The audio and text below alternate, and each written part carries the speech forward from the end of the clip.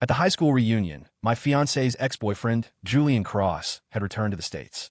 All night, his gaze barely drifted from my fiancée, Elena Vance. His look was deep, affectionate, almost obsessive, sparking whispers among our former classmates. 8 years later, and they still look like the perfect power couple. The impact of the one that got away is like a nuclear bomb. Some opportunist just swooped in and tore those soulmates apart. You don't know until you compare. The difference between the genuine article and the knockoff is staggering.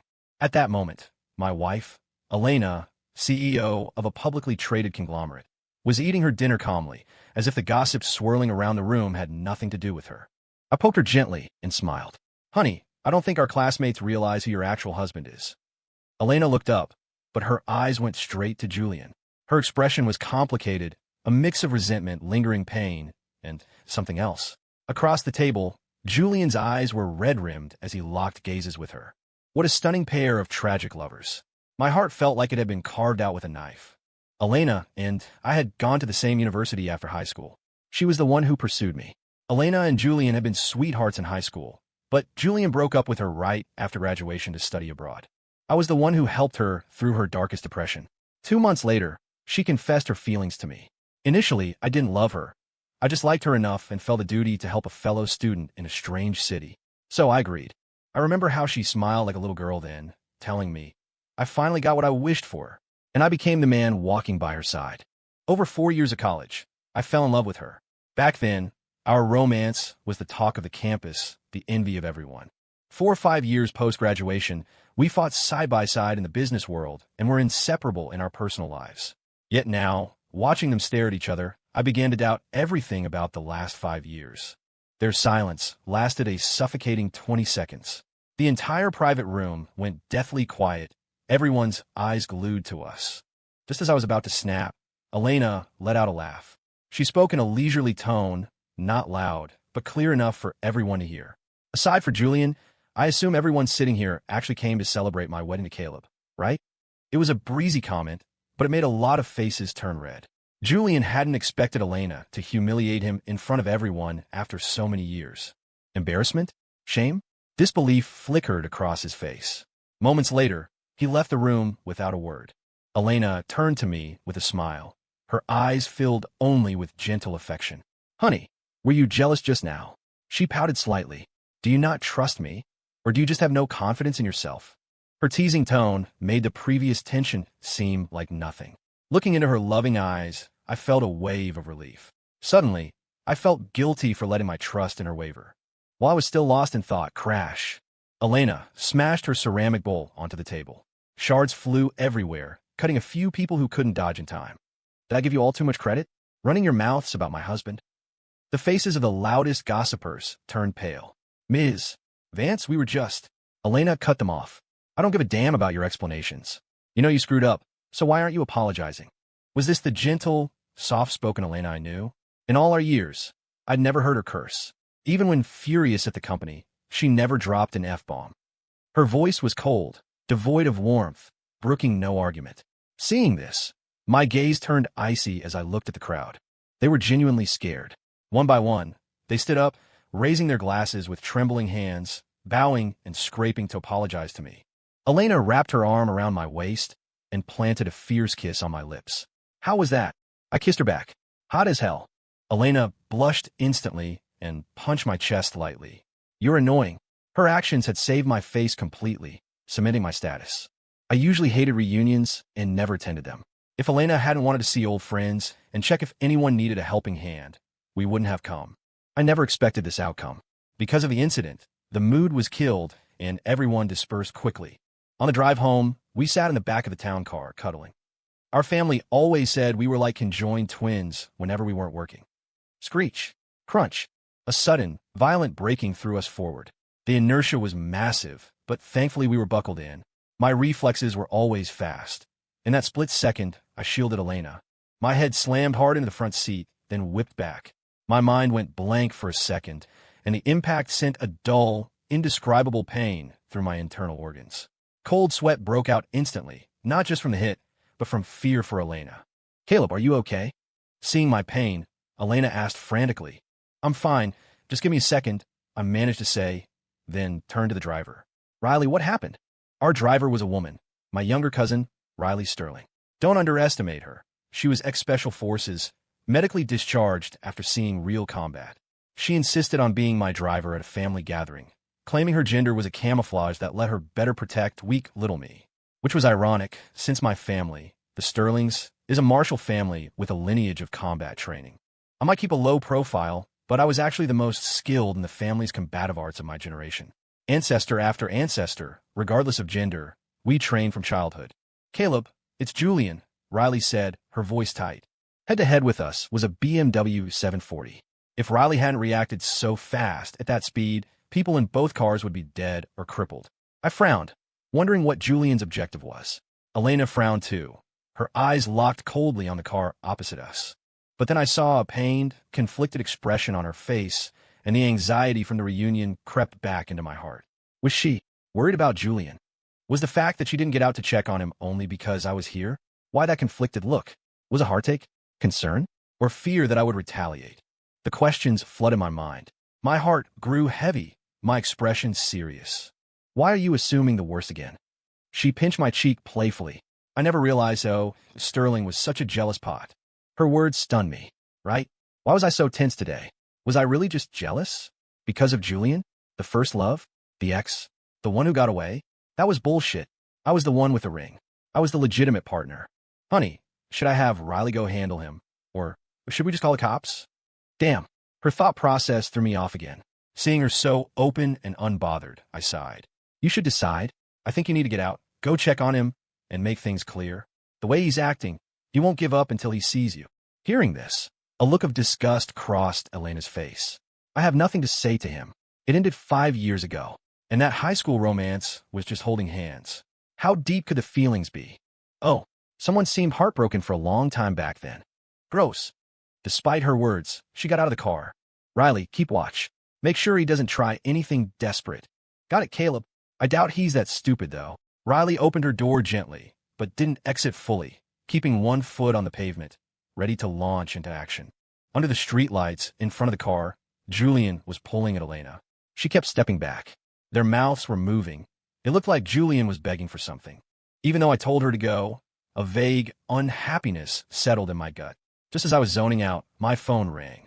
It was my father. Caleb, when are you coming home? You played around long enough, haven't you? I subconsciously gripped the phone tighter.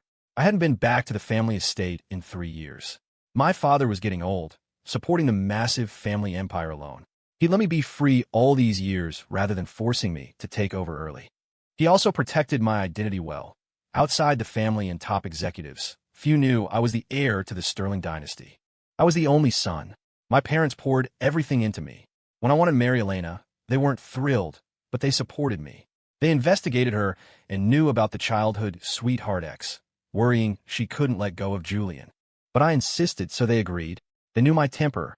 Once I made a choice, I stuck to it. However, my father set a condition. He gave me 3 years to help Elena take her company public. And Elena had to agree to share her assets with me unconditionally. If we achieved that, the family would fully accept the marriage and stop interfering. If I couldn't do it, I'd have to obediently accept the family's arranged marriage. The 3 years weren't up yet, but I had already completed the assignment my father gave me. I had always been full of confidence, certain I had pulled it off without a hitch. But man plans and God laughs. Tonight's reunion and the crash had shaken me twice.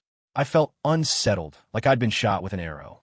Dad, Just as I was about to answer him, Elena got back in the car. Slam. She shut the door violently. The talk obviously hadn't gone well. Riley had gotten out when I took the call, but now she was back in the driver's seat. Elena said furiously, "That man is infuriating. Riley, drive us home. If he blocks us again, ram him." Riley glanced back at me. I nodded. She hung up the phone for me. Riley revved the engine, swerved around Julian, and drove forward. We were silent the whole way. I didn't ask what happened, and she didn't speak until we arrived. For a while after that, life returned to its busy, calm rhythm. 2 weeks later, Elena dragged me to the mall. I had just come out of a fitting room when I saw Julian pulling at Elena again, shamelessly harassing her. "Elena, I know I was wrong. Please, for the sake of our childhood bond, give me one more chance, okay?" His tone was groveling and pathetic.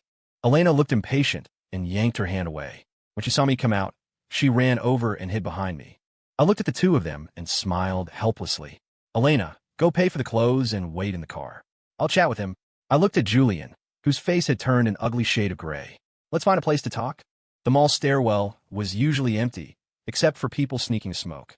Without Elena there, Julian's humble act vanished. He walked up to me, eyes glaring viciously. Caleb Sterling, you think you're so special? Elena will only ever be mine. We grew up together. We have a foundation of love. I will win. Suddenly, I found this man hilarious.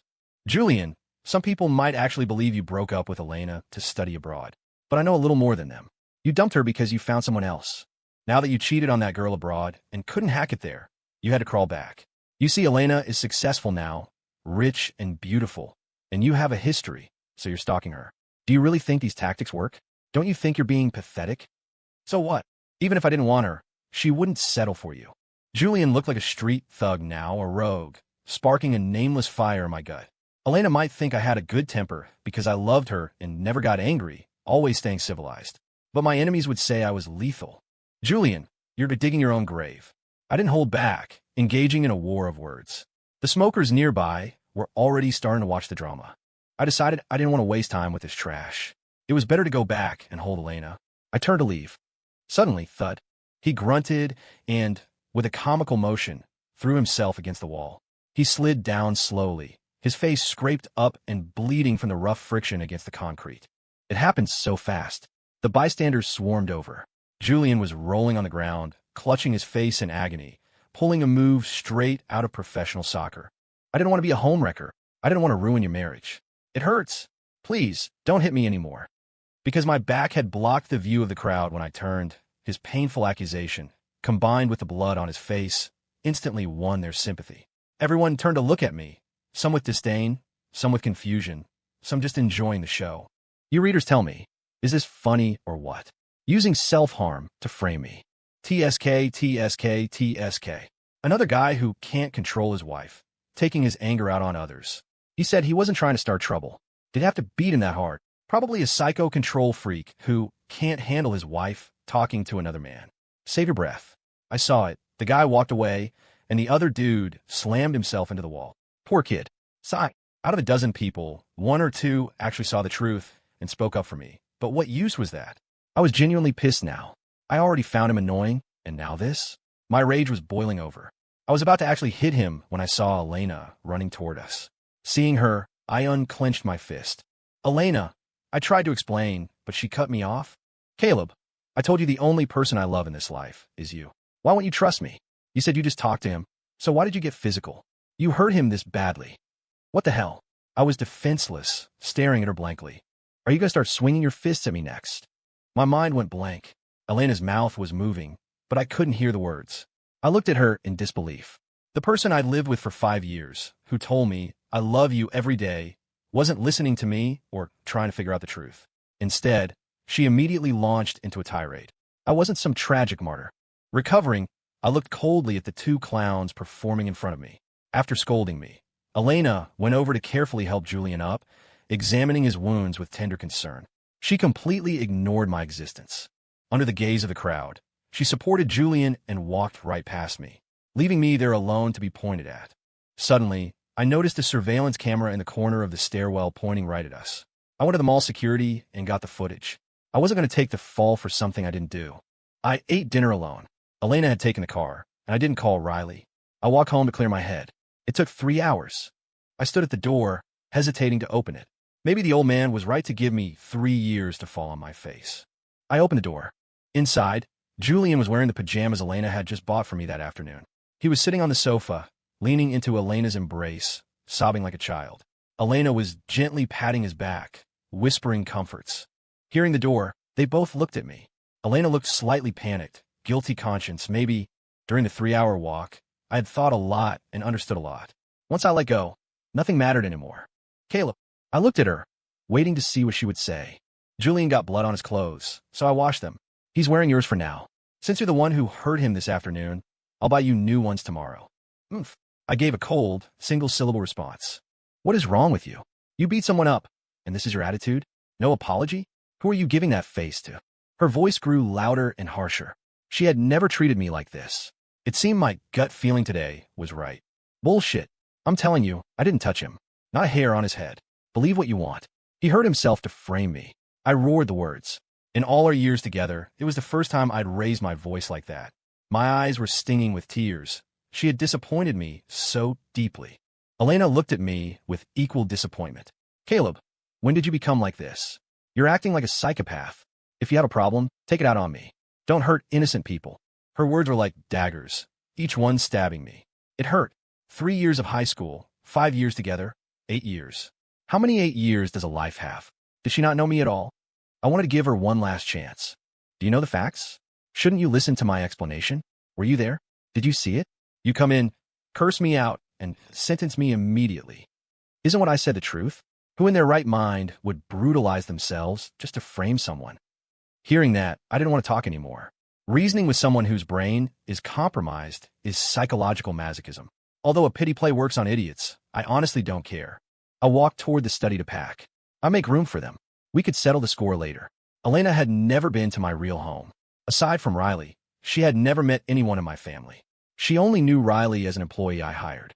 I sent Riley a text. Riley, come pick me up. I finished the call in front of them. Glanced at them once. Julian started his green tea routine. Elena, don't fight with Mr. Sterling because of me. I don't want to ruin your relationship. I'll leave right now. Don't go. I've been too good to him.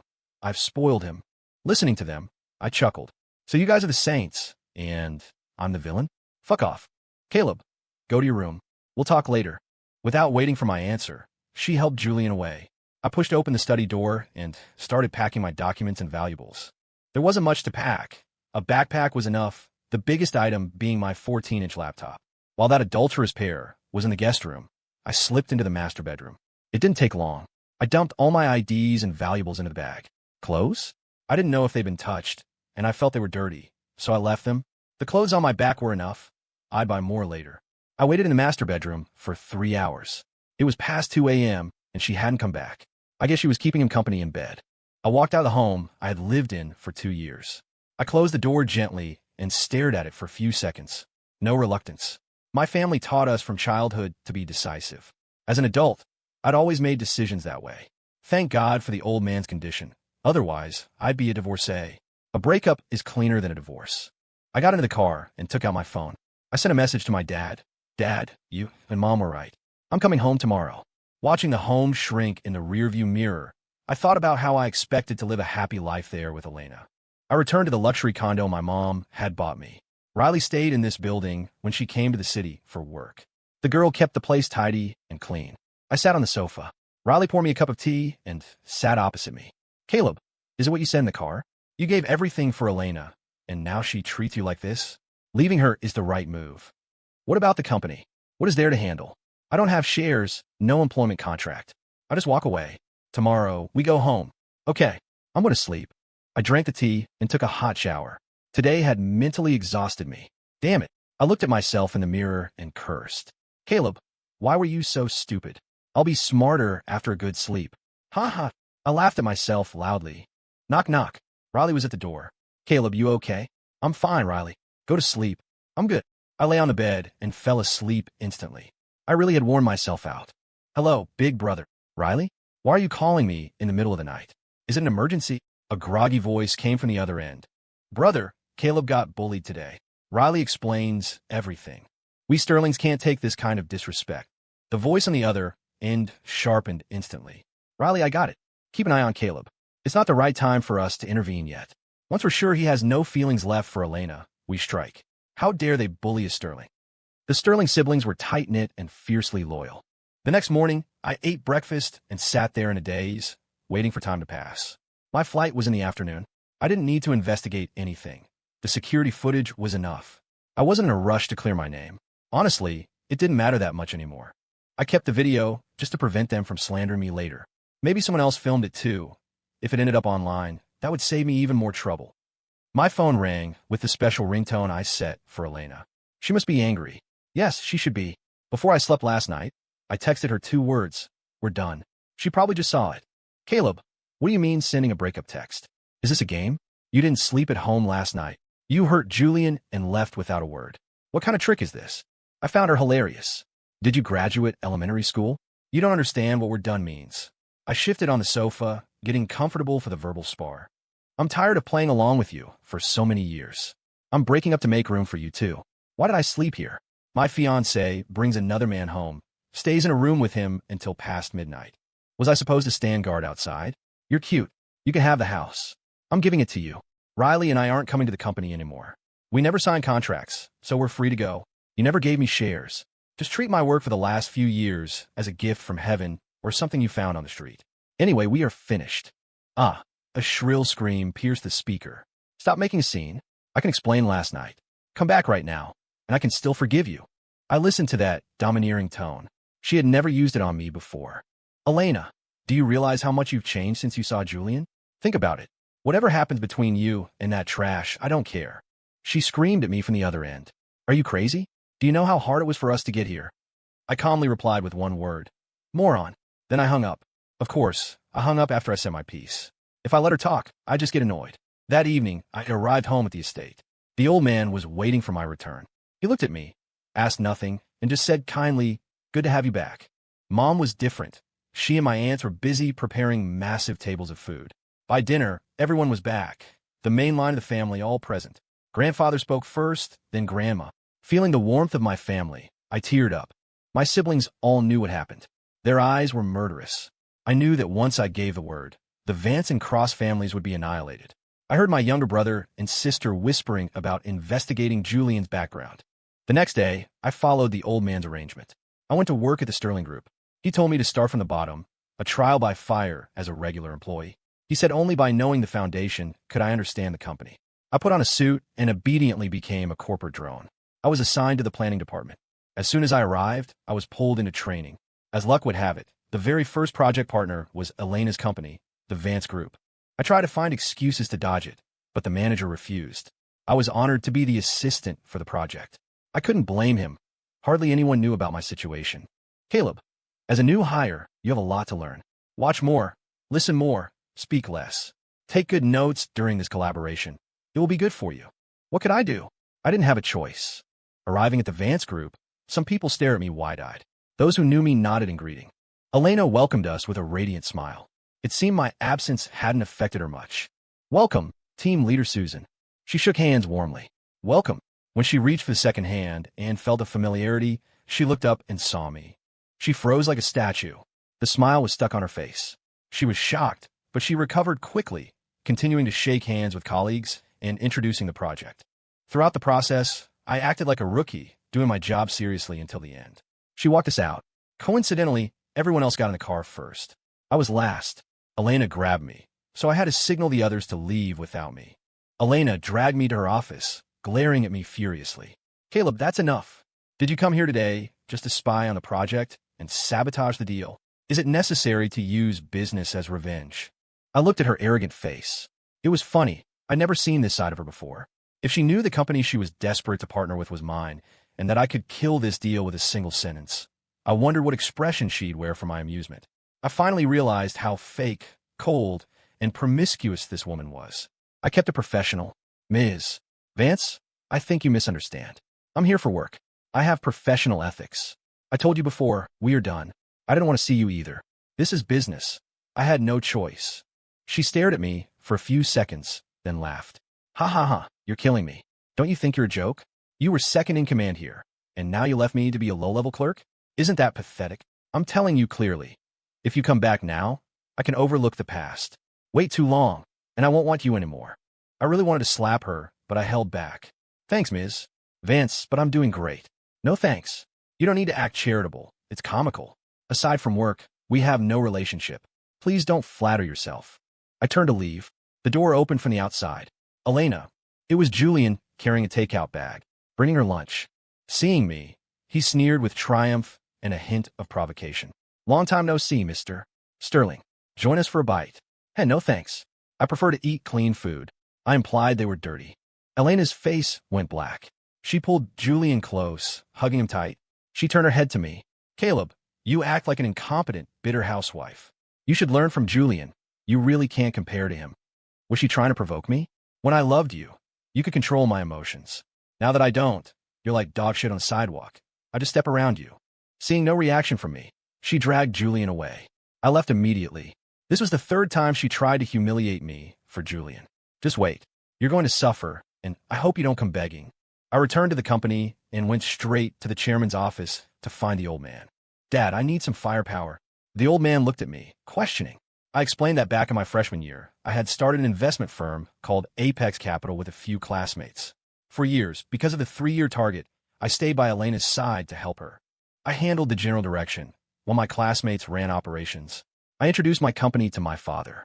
It wasn't public, but its strength was double that of the Vance Group. I asked my father for some decision-making power within the Sterling Group. He also gave me a significant amount of capital. I instructed Jasmine King, the president of Apex Capital, to approach Elena for financing. I knew she needed huge fund for the collaboration with Sterling Group. Her company's cash flow wasn't enough. It was the perfect time to send Jasmine in and dig a pit. A month later, Jasmine told me the contract was live. Apex Capital invested $2 billion into Vance Group. The condition: Elena must double the company's value within 3 years. If not, her shares in the Vance Group would transfer to Apex. Elena had secured the Sterling partnership. As long as that project went well, doubling assets wouldn't be a problem. It seemed like an easy win to meet the Valuation Adjustment Mechanism (VM) agreement. Elena hesitated, but eventually agreed after a shareholder meeting. They saw it as an opportunity. The only risk was the Sterling partnership, and they assessed that risk as low. Luckily, I had kept a card up my sleeve and never told Elena about Apex Capital. Otherwise, where would I find such a perfect knife? I prepared methodically. I don't know where Elena heard about the agreement between me and my dad, but she started calling incessantly. I finally picked up, annoyed. Caleb, you're impressive. You hit it so well. What did I hide? I just found out about your deal with your father. You used me as a bargaining chip? Did you ever love me all those years? Her tone softened. Did you love me? Can't you feel it? What do you mean? Two-timing? I'm not into threesomes. State your business. I really regret being with you. I should have waited for Julian. You can't compare to him. Oh, I never try to compare. He's not worthy. I hung up. It felt good to hang up on her first. Through this training period, my father gradually handed over power to me, and I took the seat of president. I was in a high position, but I remained low-key. Nearly a year after the breakup, I followed my family's arrangement to marry Sophia Hart, the daughter of another powerful dynasty, the Zheng family. It wasn't entirely a cold political marriage. Sophia was smart and beautiful. It was love at first sight for me. As we got to know each other, it turned out she liked me too. A mutual attraction. Within 2 months, we got our marriage license, skipping the engagement. We invited both sets of parents to dinner at a hotel. Only when they met did they realize we had brought the elders together. They had their suspicions, but they never guessed the truth. When we walked in hand and slapped the marriage certificate on the table, everyone was dumbfounded. After a long pause, applause erupted. The cheers of our generation filled the room. Our parents cried tears of joy. It was rare for everyone to be together.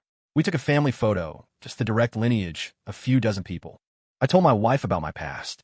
It broke her heart. We didn't publicize the marriage loudly, but the inner circles knew. During this time, I got a call from Elena. Aside from bragging, she wanted me to come back and be her corporate slave.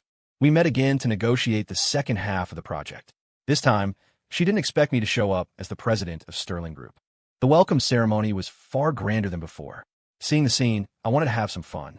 I told the negotiation team that the president was my wife, Sophia, and I would appear as her assistant. Halfway through the meeting, we broke for lunch. While I was outside getting fresh air, Elena walked up to me, unable to suppress her grin. Do you regret leaving me? After this deal, Vance Group will be in the Fortune 500. You already finished your agreement with your dad, so why leave me? Just apologize and come back, and I'll forgive you. Looking at her smug face, I gave a sincere smile. First, congratulations, Ms. Vance. Second, I wish you and that trash eternal happiness. May you live together and die in the same grave so you don't plague anyone else. I walked into the private dining room. She stood there stunned, unable to react. She probably thought her success would make me change my mind. She never imagined I was already married, and even if I wasn't, I wouldn't touch her again. Being married to her meant constantly checking for a green hat. Terrifying. She thought Vance Group's success was due to her ability. If I hadn't been there, would those major clients have worked with her? Since I left, no one was there to check her. She became risky and arrogant. The afternoon negotiation went smoothly. Playing on her recklessness, I gave her a bigger piece of the cake. She expanded the Vance operation several times over instantly. On the surface, it looked beautiful, stock prices hitting the limit daily. But the foundation was shaking and the debt ratio was skyrocketing. She was walking step by step into the abyss I designed. Novels where people go bankrupt in minutes are fake. This takes time. 1 year later, Elena's company had expanded to an unprecedented peak, which was also the start of the collapse. Elena and Julian were getting engaged. They specifically invited me. On the night of the engagement party, my wife and I attended together. I also saw my older brother and the others there, which confused me. Since when did they interact with the Vances?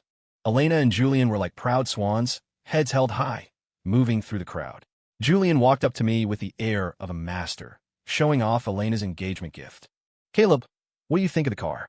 A multi-million-dollar sports car. A gift from Elena." "Heh, show off. A classic nouveau riche move." I raised my glass sincerely. "Congratulations." My polite smile made him feel like he punched cotton. Julian stared at me in disbelief. He thought he could trigger me, make me explode, and embarrass myself. The party was lively, mostly business people, feeling a bit like a trade show. Elena, as the host and star, went on stage to speak, radiating success. The usual 3 things: introductions, thanks, and painting a picture of the future. The guests applauded politely.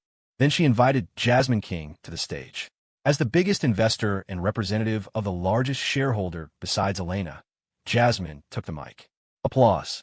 Everyone expected congratulations. Unexpectedly, Jasmine walked up and plugged in a USB drive. It played on the big screen. The content: evidence of Vance Group's financial fraud. Every embezzled fund transaction was displayed clearly. Ironclad proof. Then a man walked up with a folder. "I am Carter Brooks, legal counsel for Apex Capital. Due to Ms.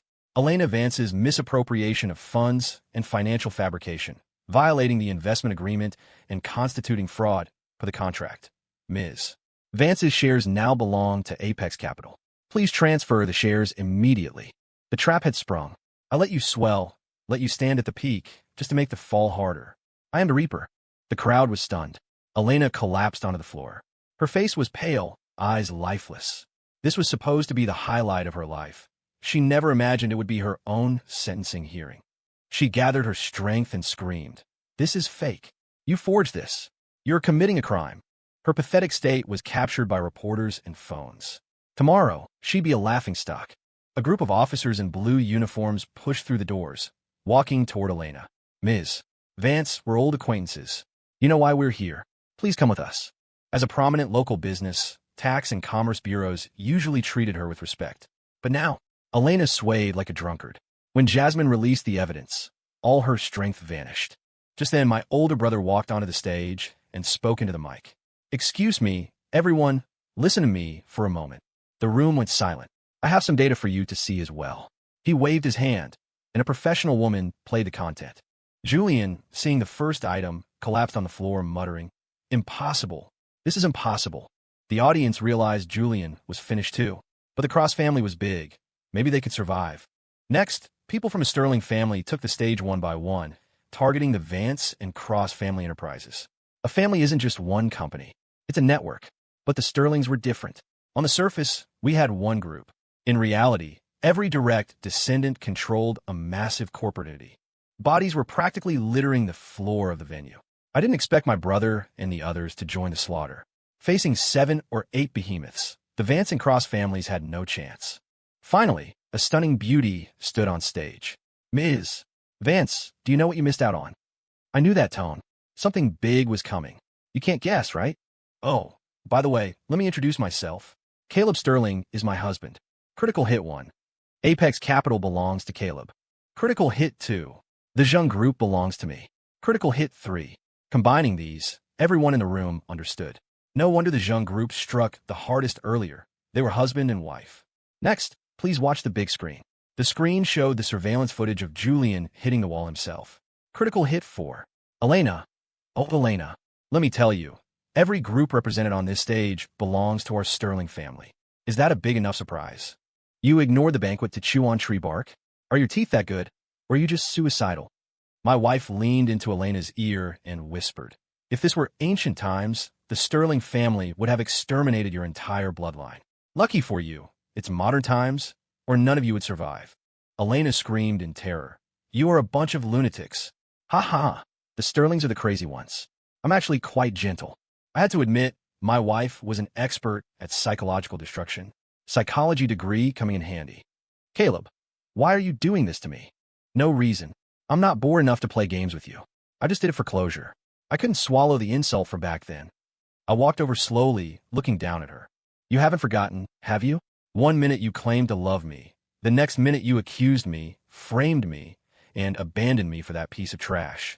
Where did you place me? You remember what you promised me? If you didn't love me, we could have just separated. But without my consent, you brought that dog into my home, let him wear my clothes, use my things, and sleep with my fiancée. Later, you embezzled the money I invested to buy him things and mocked me for being useless. Fuck you. Did I force you to do any of that? I'm telling you, if it wasn't for me, that broken company you inherited would have gone bankrupt years ago. Blame me? Do you have the right? Even after we broke up, I gave you projects and capital. And look what you did. It's not that I'm nothing without you. It's that you are nothing without me. With the resources I gave you, a pig could have succeeded if it didn't self-destruct. I'm done. I took my wife's hand and left the banquet. Elena went to prison for massive financial fraud and embezzlement. Julian was taken in for investigation as an accomplice. They found even bigger problems with him, and he was sentenced to 30 years. That night, I became a legend. Once the news got out, Apex Capital's operation became a classic case study in the investment world. Story complete.